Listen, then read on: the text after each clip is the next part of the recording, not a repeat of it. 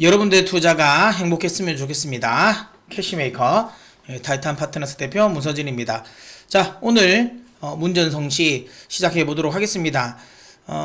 참 이제 요즘 시장 재미없어요. 재미없고 주말에 우리가 내심 좀 뉴욕 증시에서 힘을 내주기를 좀 기대하지 않았습니까?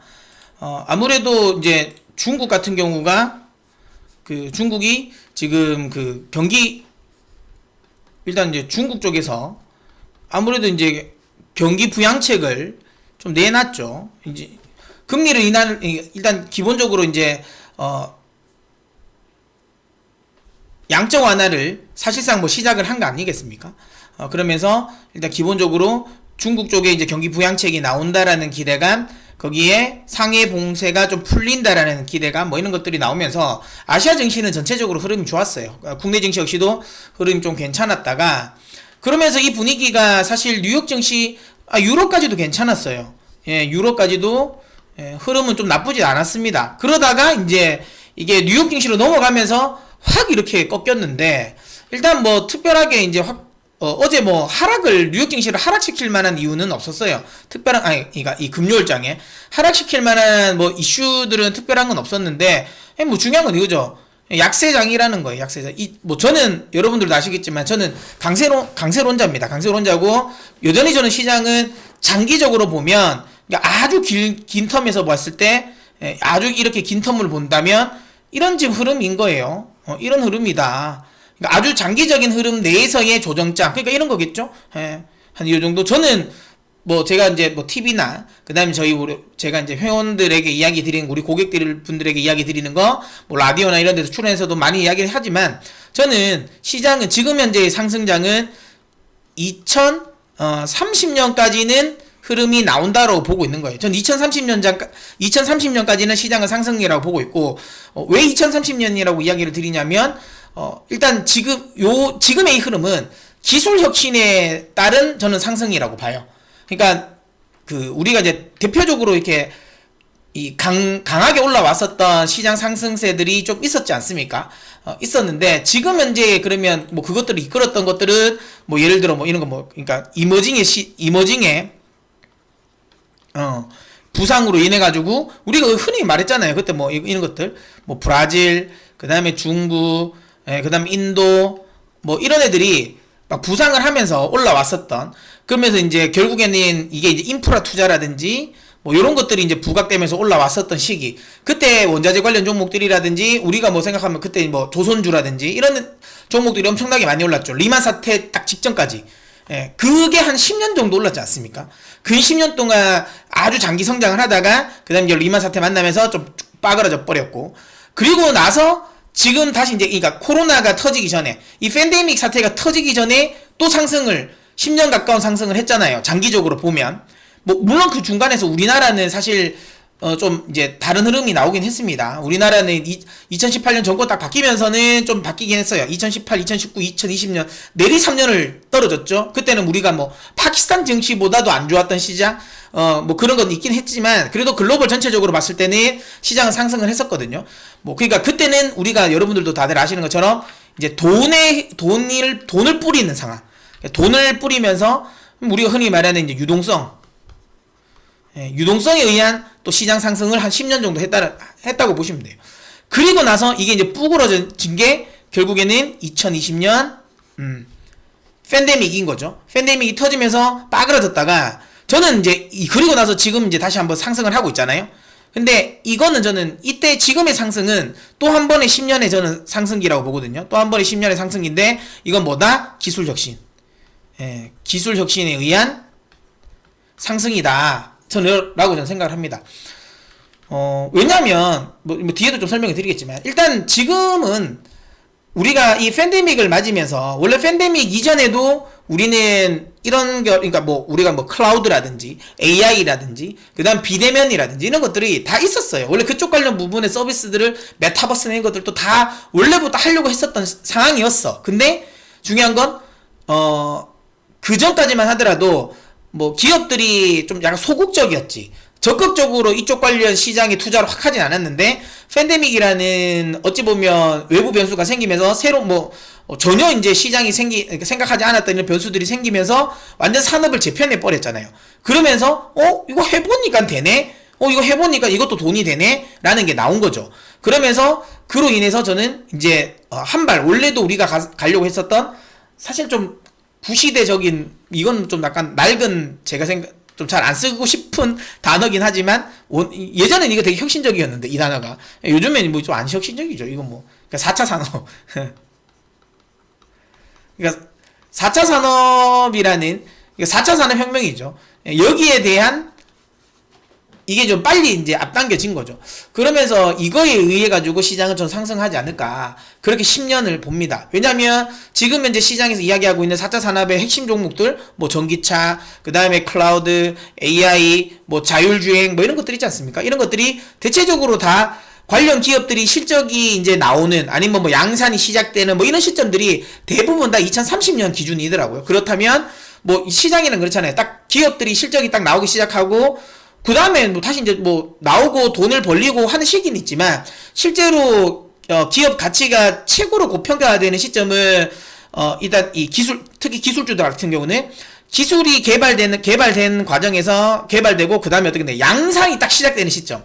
그 시점이 어찌 보면 피크죠. 우리가 뭐 흔히 뭐 쉽게 알 수 있는 건 그 스마트폰이 그랬잖아요. 스마트폰이 사실상은 스마트폰 보급률이 한 30% 정도 됐을 때 그때가 사실상 스마트폰 관련 종목들의 피크였죠.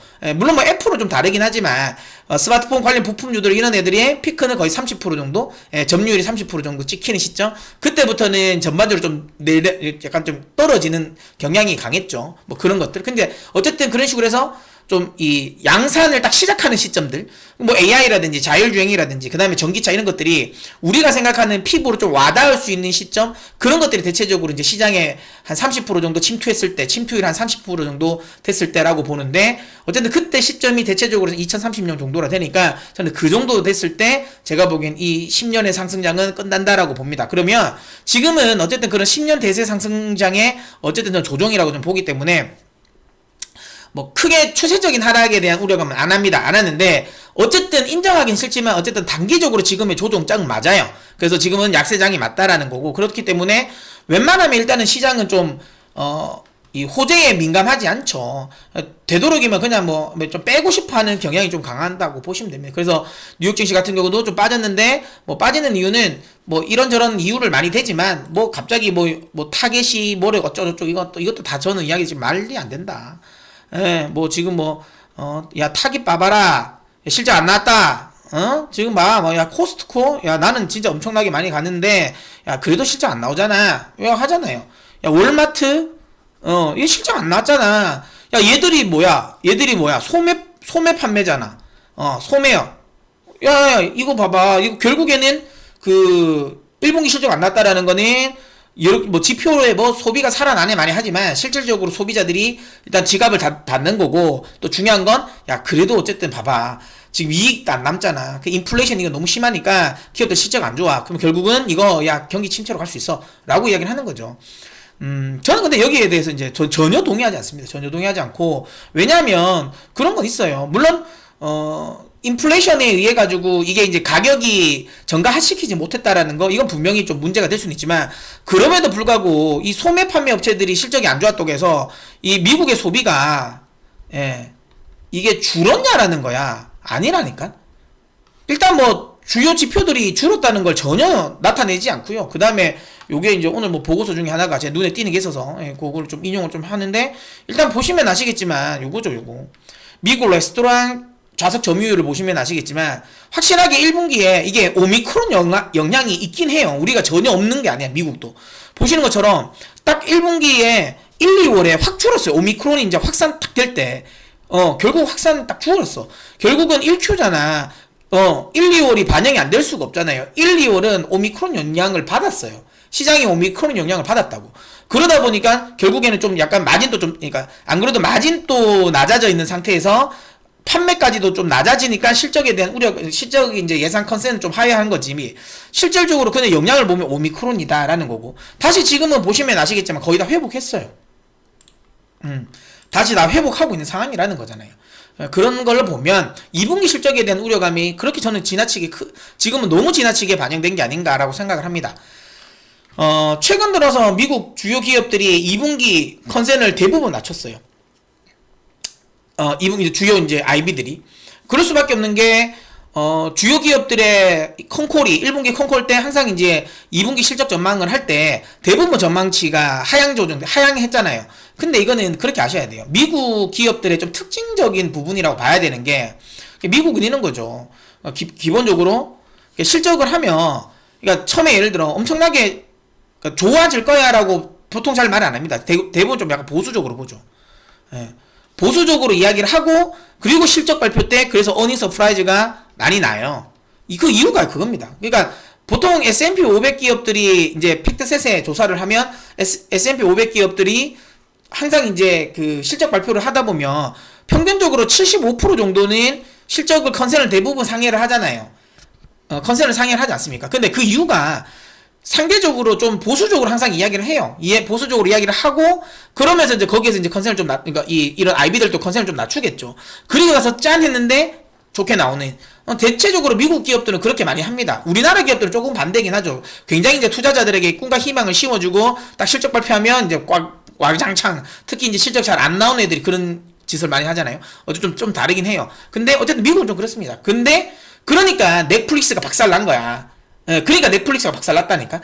왜냐하면 넷플릭스 같은 경우가 2분기 연속 쉽게 말하면 시장이 컨센을 완전히 쇼크를 먹였잖아요. 근데 그게 왜 그랬냐면 4분기 때 그러니까 인 거죠. 그러니까 3분기 때 야 4분기 실적 잘 나올 거야. 4분기는 조금 더 그러니까 3분기는 우리가 좀 부진했지만 4분기는 조금 우리가 열심히 해가지고 야 괜찮아졌어 라고 기대감 심어줬죠. 4분기 딱 나오고 빵 박살냈잖아요. 빠그러졌죠.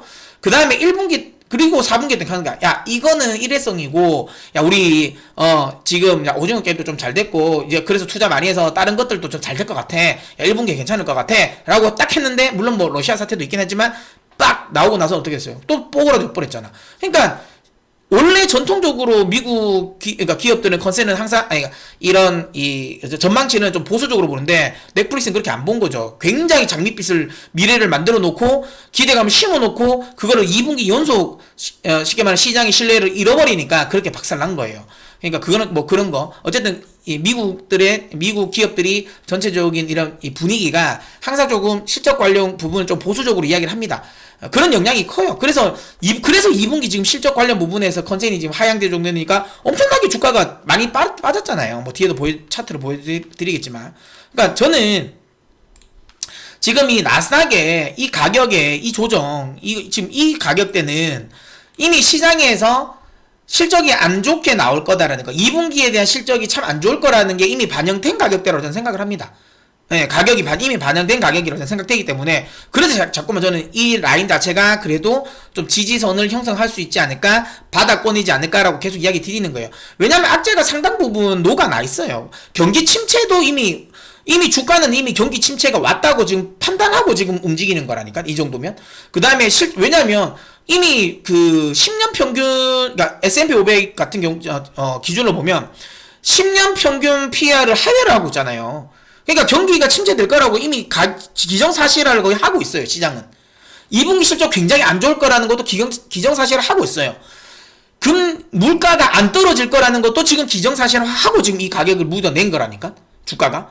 자, 그렇다면 우리가 다르게 생각하면 그렇게 안 좋은 게 가격이 묻어난 가격대라면 좋은 이슈들이 나올 때마다 결국에는 해보니까 그렇네 그때부터 이제 조금씩 저가 매수가 들어올 수 있죠. 그래서 제가 보기에는 지금은 언제 반등이 시원하게 나올 거냐 이건 몰라요. 저 개인적으로는 생각은 7월부터 본격적인 반등이 나올 거라고 그냥 꾸준하게 제가 원래 초부터 이야기 드리고 있죠. 그러니까 본격적인 반등은 그래도 하반기가 되지 않을까라는 생각을 하고 있고, 근데 뭐 그것도 뭐 상황도 봐야죠. 뭐 상황이 뭐 러시아 사태가 더 심각해질 수도 있는 거고 어떤 변수가 나올지 모르겠지만 지금 현재를 본다면 하반기 정도에는 호재성 뉴스들이 좀 나오지 않을까라는 생각이 들고, 시장을 지금 누르고 있는 뭐 경기 침체 우려감이라든지 그러니까 인플레이션, 그 다음에 뭐 러시아 문제 뭐 이런 것들이 하반기로 가면 조금씩 풀릴 거고, 그렇게 된다면 결국에는 이제 또 실적이 2분기 실적에 대한 부분은 기업들이 좀 보수적으로 봤겠지만 3분기는 훨씬 더 좋아질 수는 있거든요. 그러면 2분기 실적 시즌이 시작되는 한 7월부터는 3분기 전망치가 나올 거 아니에요. 그러면 그게 또 상향 조정되면 또 주가는 또 레벨업 할 수 있단 말이죠. 그러니까 그런 걸 감안한다면 지금은 제가 보기엔 마지막 터널을 지나고 있는 터널의 끝지점이 아닐까라고 생각하고 있어요. 그래서 너무 여러분들이 막 이렇게 걱정하고 너무 좀 이게 이 뭐라 그래나 시장에 대해서 너무 지나치는 우려감, 그러니까 비관론 약세론자의 말을 너무 이제 지나치게 이제 그럴 수밖에 없지, 지금 시장이 너무 많이 떨어졌으니까. 그래서 거기에 너무 근데 집중 안 하셨으면 좋겠다라는 생각을 저는 계속 하고 있습니다.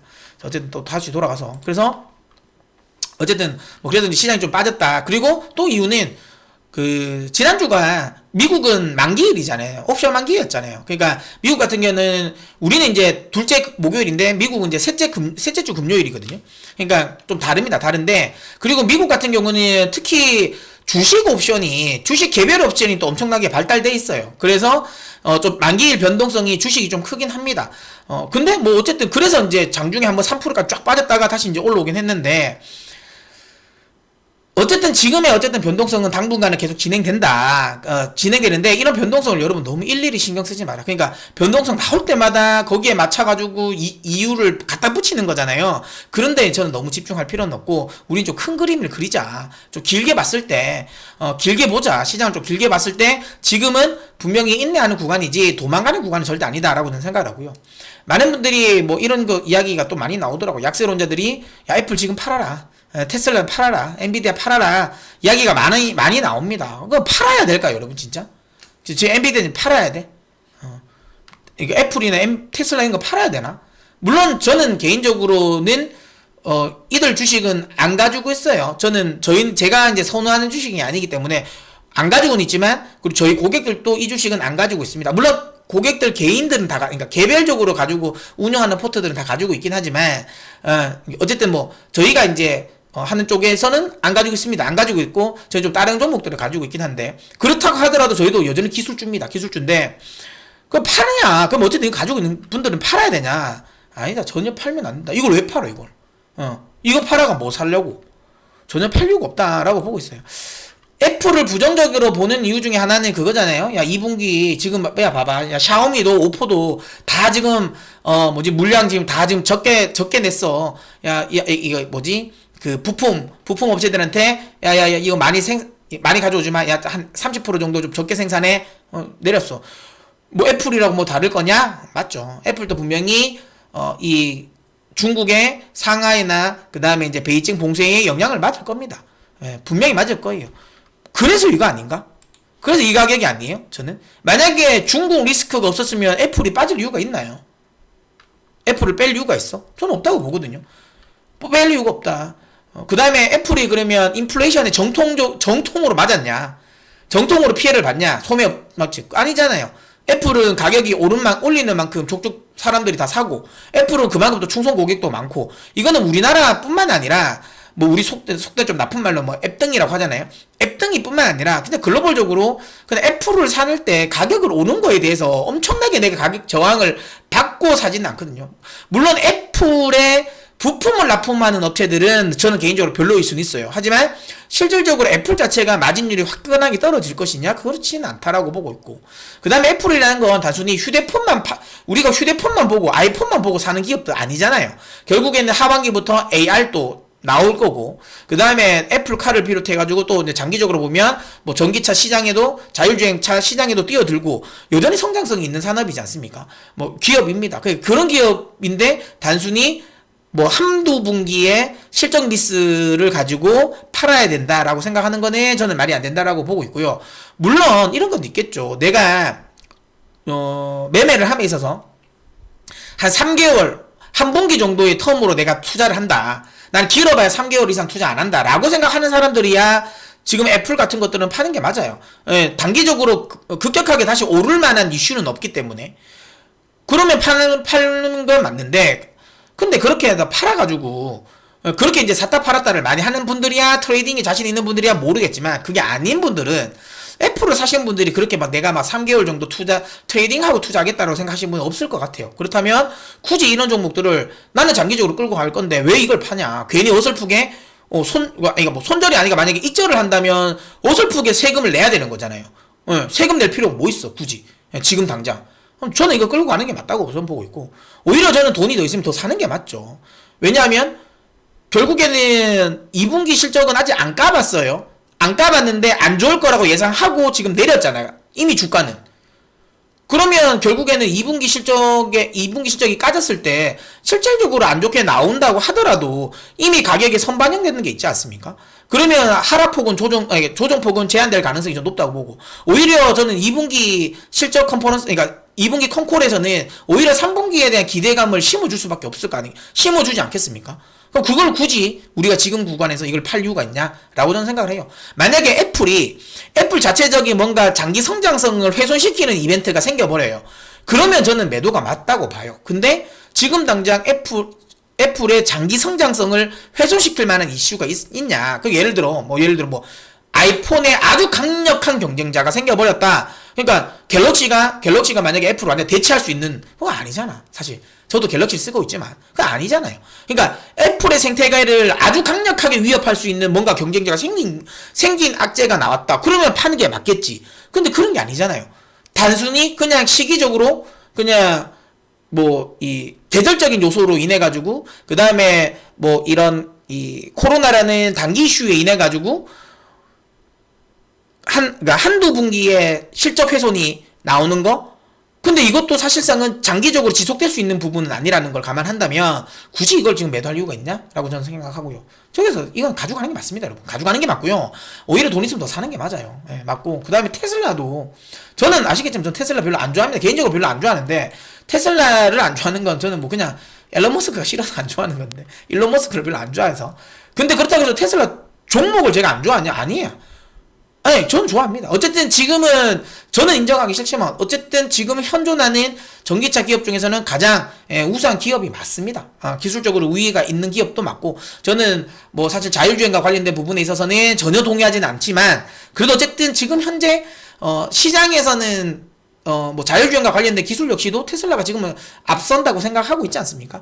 그런 기업이고, 그 다음에 당장에 그러면 이게 전기차로 넘어가는 시장이 왔을 때, 그러니까 뭐 지금 포드라든지 GM이라든지 이런 기업들이 계속 이제 여기에 시장이 그러니까 침투하고 있지 않습니까? 그렇다 해서 이게 지금 당장 예를 들어 뭐 이게 그러니까 뭐 한 5년 안에 테슬라의 지위가 흔들릴 것 같지도 않아요.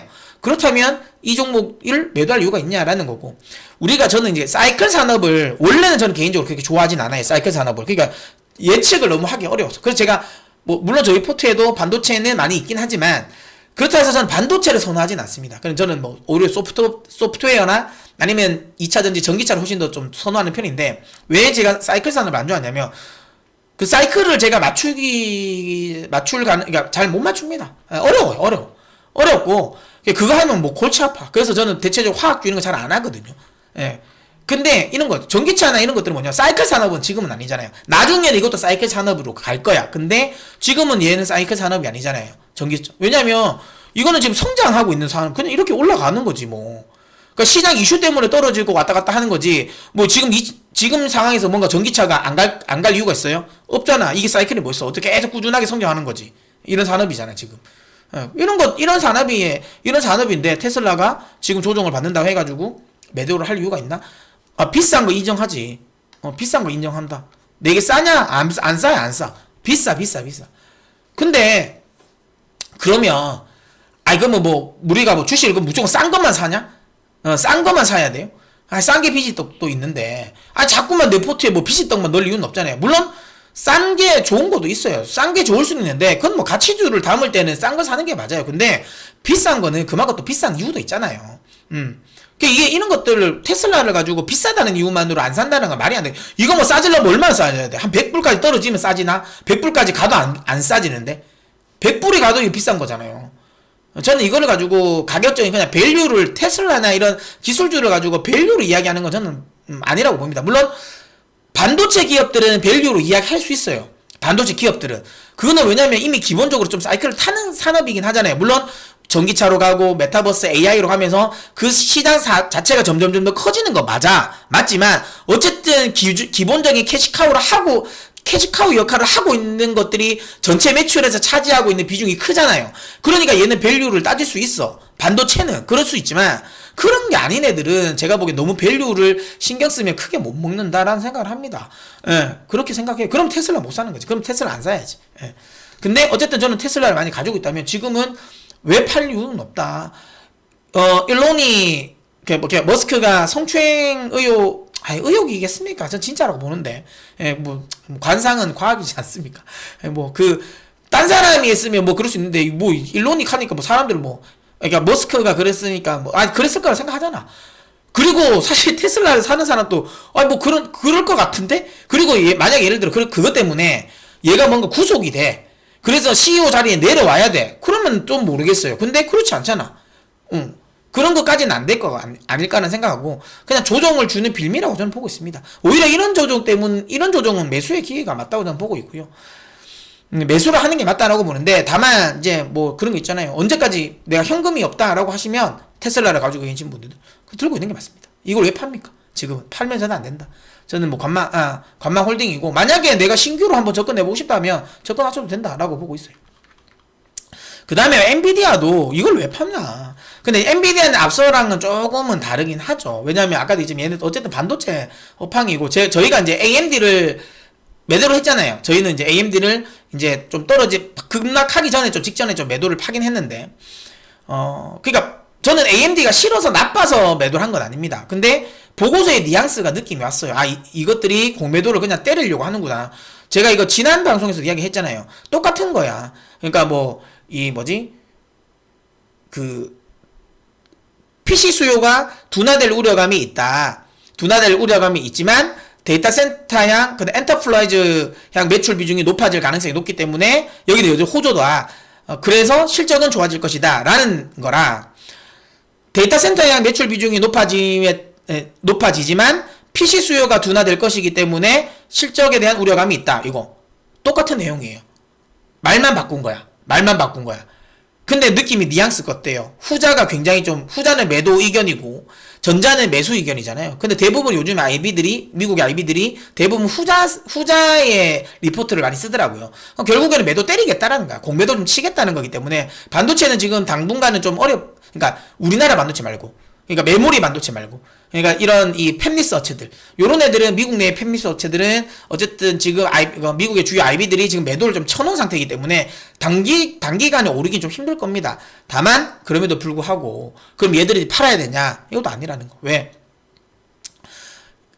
엔비디아는 좀 달라요. 저는 이야기입니다. 엔비디아를 만약에 물려 있으시면 이거는 조금 오래 기다려야 돼요. 저는 애플이나 테슬라보다는 더 오래 기다려야 될 것 같긴 해요.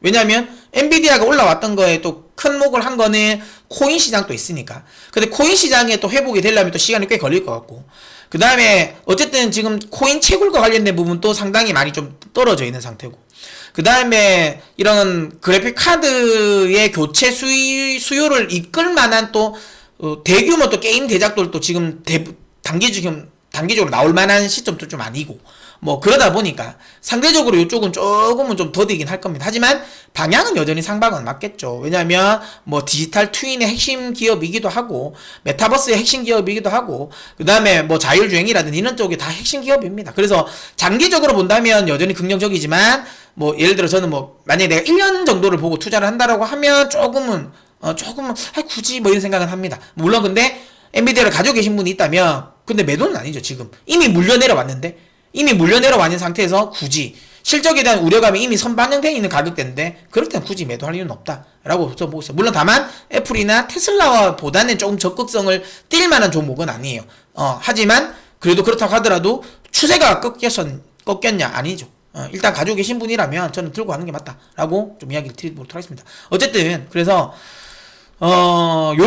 그래서 이제 기술주에 대한 좀 매도 의견들이 많이 나오지만 저는 전혀 아니고, 지금 결국에는 시대적인 흐름은 여전히 이쪽으로 좀 가고 있다. 라고 좀 보고 있기 때문에 도망갈 필요가 전혀 없다라고 생각을 합니다.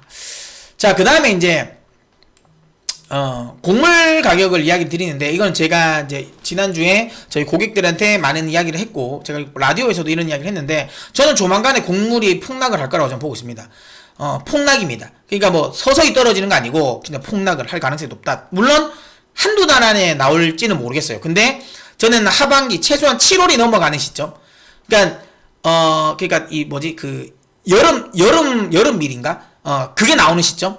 그때부터는 좀 달라지기 시작한다라고 저는 보고 있어요. 왜냐면 그 곡물이라는 게 그렇습니다. 그러니까 뭐 이렇게 이게 공장에서 찍어내는 약간 공산품처럼 내가 이 재고를 내 마음대로 조절할 수 있는 건 아니에요. 그렇죠? 그러니까 정확하게. 근데 이제 곡물은 대체적으로 그렇잖아요. 지금 곡물 가격이 굉장히 이제 비싸다 보니까 그 농장주들이 단위 면적당 파종을 엄청나게 많이 했어요. 그리고 좀 약간 유휴지들, 노는 것들 해가지고 파종 면적 자체도 엄청나게 커졌고 단위 면적당 파종도 엄청나게 높아졌어요. 저는 그래서 지금 그러니까 종묘라든지 그 다음에 비료, 그러니까 농약 관련 종목들이 실적이 저는 한 3분기 정도에 굉장히 잘 나올 거라고 보거든요. 아무래도 왜냐하면 파종 면적도 넓어졌고 단위 면적당 파종 많이 빨리 자라려면 비료를 엄청나게 많이 넣어야 되고 농약을 엄청나게 많이 쳐야 되겠죠. 그래서 저는 뭐 농약이나 그다음 비료나 그다음에 이제 이 그 종묘 관련 종목들이 흐름이 좋을 거라고 보는데 이게 실적이 한 3분기 굉장히 좋게 나올 거라고 보고 있는데 어쨌든 그러니까 농장주들이 굉장히 많이 지금 파종을 했어요. 그러니까 뭐 우크라이나 사태 때문에 우크라이나의 밀밭이 훼손되고 뭐 이런저런 이야기가 나오긴 하지만 그것 때문에 밀 가격이나 옥수수 가격, 콩 가격이 올랐거든요. 그래서 농장주들이 이번에 엄청나게 많이 또 파종을 했다. 그러면 얘들이 추수되는 시점에서는 공급이 늘어날 가능성이 매우 높죠. 근데 그 시점이 우크라이나 리스크가 마무리됐을 시점일 가능성도 높잖아요. 그러면 흐름 자체가 굉장히 많이 나올 수 있다. 그러면 오히려 공급 과잉 시장이 나올 수도 있는 시장이다라고 저는 생각합니다. 인도 같은 경우도 밀 수출 안 했잖아요. 그러면 인도는 어떻게 했어요? 그럼 밀 가지고 굉장히 장려를 할 겁니다. 그러면 굉장히 또 밀도 지금 엄청나게 많이 이제 재배를 하고 있을 거예요. 그러니까 이런 것들이 다 추수되는 시점이면 결국에는 생각보다 물량이 굉장히 많이 늘어났는데 라고 생각돼서 밀 가격이나 뭐 옥수수나 대두 가격은 급락을 할 가능성이 높다라고 저는 보고 있고요. 최근에 그런 모습이 조금씩 보여요. 밀은 물론 뭐 그 이슈는 아니긴 하지만 밀 가격 같은 경우도 최근 떨어졌죠. 왜냐하면 이제 유엔이 이제 러시아에 뭐 밀 관련해가지고 이거 매매하는 거를 좀 주선을 하겠다라고 해가지고 중재를 하겠다 이런 식으로 해가지고 밀 가격은 떨어졌는데 실질적으로 이제 생산량이 늘어나는 게 분명히 나올 거라 봅니다. 하반기에. 그러면 곡물 가격 역시도 급락을 할 것이고 곡물 가격이 급락을 한다라는 것 자체가 인플레이션에 대한 우려감이 하반기에 확실하게 낮아질 수 있는 요인이지 않을까라고 생각을 해요. 유가보다는 아무래도 곡물 가격이 조금 더 빨리 떨어질 겁니다.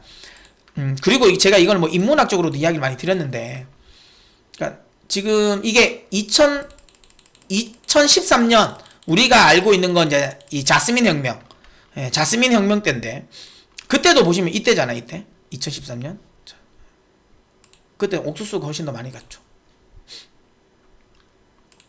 한번 보여드릴게요. 요즘 한번 보십시오.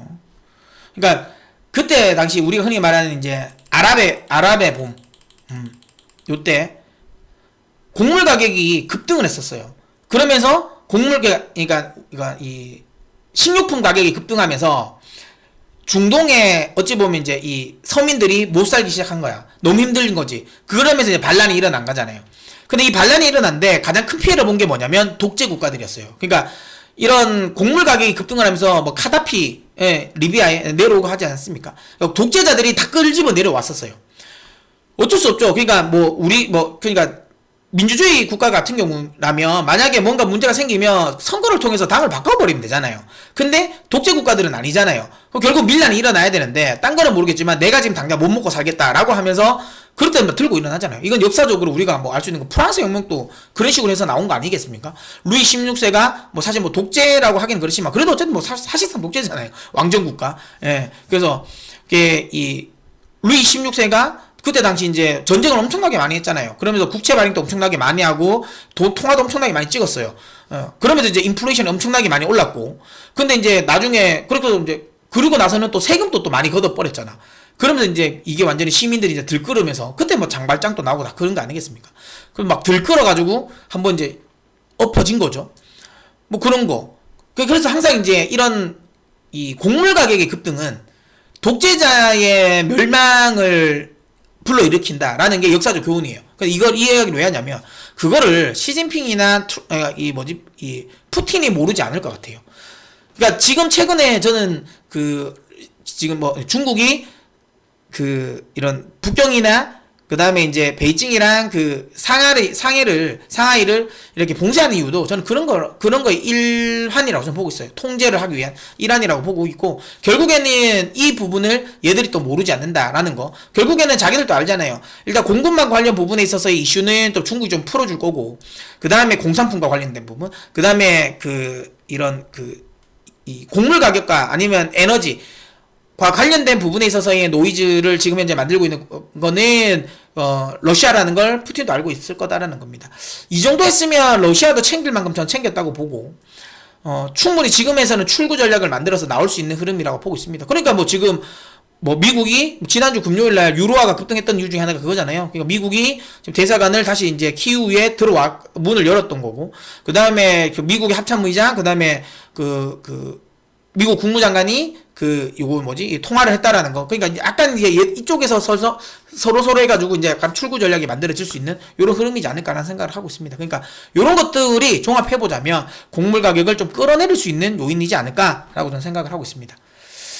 그렇다면, 그래서 제가 이제 요즘에 계속 저희 고객들에게 계속 하는 말이 있어요. 뭐냐면, 우리는 지금은 내가 어쩔 수 없다. 우리 이미 이제 조정 맞을 거 맞았지 않냐. 지금은 어쩔 수 없지만, 그러면 우리가 지금 말고 그 이후를 우리가 지금 생각을 해야 되지 않겠나라는 거잖아요. 지금 이후를 생각을 해야 된다라고 보고 있는데, 그러면 뭘 해야 되냐라는 거고, 저는 이렇게 생각합니다. 제가 이제 핵심적으로 우리가 가지고 가야 되는 거는 이거다. 우리가 관심 가져야 되는 건 일단 전기차, 그 다음에 신재생, 전기차, 그 다음에 신재생, 그 다음에 자동차 아니고 자동화. 그러니까 요 세 개의 카테고리를 우리는 지금은 모아가야 된다고 봅니다. 언제를 보고? 앞으로 3년 후 정도? 3년 후 정도를 보고. 제가 왜 이런 이야기를 하냐면, 그런 거 있잖아요. 그러니까 지금 이번에 팬데믹 때 돈을 굉장히 많이 벌었던 애들이 뭐 줌도 있고, 뭐 도쿄 사인 같은 것들, 이런 것들이 있잖아요. 그러니까 이게 뭐냐면, 이전에도 이런 애들은, 팬데믹 전에도 이런 애들은 사실 각광을 받았던 기업들이에요. 클라우드 관련, 그 다음에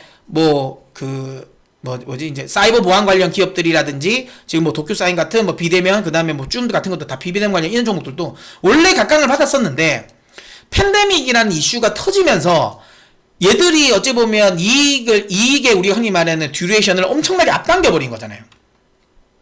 클라우드 스트라이커 같은 것도 원래 뭐 괜찮은 기업이었지만, 지금 어쨌든 뭐 클라우드 시장이 커지면서 결국엔 거기에 대한 이제 사이버 보안도 굉장히 좀 각광을 받으면서 그런 것들이 커졌고, 뭐 그 다음에 이제 클라우드 시장 뭐 이런 것들 커지면 뭐 서비스 나와부터 다 이런 애들이 확 커진 시장이 됐던 거. 그 왜냐면 원래도 하고 있었지만, 가고 있었던 시장이지만, 중요한 건 이런 팬데믹이라는 이슈가 다 붙으면서 관련 기업들의 실적의 듀레이션이 빨라졌다라는 거. 그런 것 때문에 크게 먹은 거잖아요. 자, 그러면 우리는 이렇게 생각해야 되는 거예요. 그러면 지금의 우리의 이슈는 뭐예요? 인플레이션이잖아. 인플레이션. 그러면 저는 요즘 그렇게 생각해요. 지금 우리가 이런 러시아 사태나 이게 맞고 있는, 우리가 지금 20년 동안은 계속 저인플레이션, 그러니까 우리가 디플레이션과 싸웠잖아요. 연준도. 근데 이제 지금 이제 우리가 어찌 보면 20년 동안 처음 겪어보는 인플레이션이지 않습니까? 그럼 이 인플레이션이 지나고 났을 때, 그러니까 러시아 사태가 지나고 났을 때, 그러면 뭐가 좀 주요 깊게 뜰 것이냐라는 거. 그 부분에서 저는 일단 기본적으로 전기차 옵니다. 왜냐하면 아시는 것처럼 이 인플레이션, 그 다음에 러시아 사태가 나오면서 유가가 굉장히 올라갔잖아요. 굉장히 올라갔고, 전기차라는 건 원래부터도 시장이 하려고 했지만, 이런 고유가가 한번 100불이 넘는 고유가를 찍고 났다. 그러면 점점 전기차를 빨리 살려고 하는 수요는 더 앞당겨질 가능성이 매우 높겠죠. 그렇다면 제가 보기엔 전기차의 상용화가 되는 시점은 훨씬 더 빨리 당겨질 것이다 라고 보고 있습니다. 그러니까 시장 침투율 30%. 원래 시장에서는 2030년 정도로 보고 있는데, 이것보다 훨씬 더 앞당겨질 가능성이 높다는 거죠. 그러면 전기차 해야 된다라고 보고요. 또 하나는 신재생입니다. 원래도 신재생은 원래 하고 있었어요. 원래도 뭐 원전, 풍력, 태양광, 원래도 세계 각국에서 이쪽으로 밀고 나갔잖아요, 산업을. 근데 뭐 그냥 하는데 속도가 그렇게 안 났죠. 근데 이번에 났죠. 왜? 일단 러시아 사태로 인해 가지고 유럽의 에너지 어찌 보면 정책 자체가 확 바뀌어 버렸잖아요. 그러니까 뭐 원전, 그 다음에 뭐 이거 탄소 중립으로 가면서 그 다음 태양광 풍력으로 가긴 가는데 지금 당장은 어려우니 러시아산 천연가스를 쓰면서 천천히 바꾸려고 했다가 이번에 러시아 사태를 만들면서 완벽하게 러시아 쪽에 화석연료 안 쓰겠다라는 의지가 강해지고 결국엔 그럼 신재생을 조금 더 빨리 앞당겨야 되겠다, 상용화를. 그러면 투자도 더 많이 했잖아요. 그 원전이라든지 이런 풍력 관련 시장이 더 빨리 커질 가능성이 높겠죠, 이번 이 사태 때문에. 예, 이런 것들. 그러면 이쪽 관련 부분 뭐 풍력이라든지 태양광이라든지 원전 같은 것들은 가지고 갈 만하다라고 좀 보고 있고, 3년 우리가 본다면. 그 다음에 이제 마지막에 자동화인데, 자동화는 일단 지금 현재 이 팬데믹으로 인해서도 자동화는 좀 그러니까 떠올랐습니다. 왜냐면 야, 이거 코로나 걸리니까 사람이 일을 하니까 셧다운 되니까 아예 안 되네 라는 이슈가 있었어요. 근데 그래도 당장은 아니었는데 이게 어떻게 됐어요? 그래서 코로나 끝났는데 야, 이거 일할 사람이 없네, 인건비가 너무 비싼데. 그러면 이것도 이제 인플레이션의 영향을 받은 거죠. 그러면서 자동화가 제가 보기엔 굉장히 빨라질 겁니다. 그래서 자동화 관련 이슈도 이번 이 인플레이션을 인해 가지고 관련 기업들의 이익의 듀레이션을 굉장히 앞당길 거예요. 물론 저는 아직까지는 이런 거 있잖아요. 인간형 로봇 쪽은 아직은 좀 먼 미래라고 보고 있고요. 이런 거 말고 진짜 말 그대로 자동화와 관련된, 오토메이션과 관련된 부분, 이쪽 관련 부분에 있어서는 저는 흐름이 굉장히 괜찮다고 봅니다.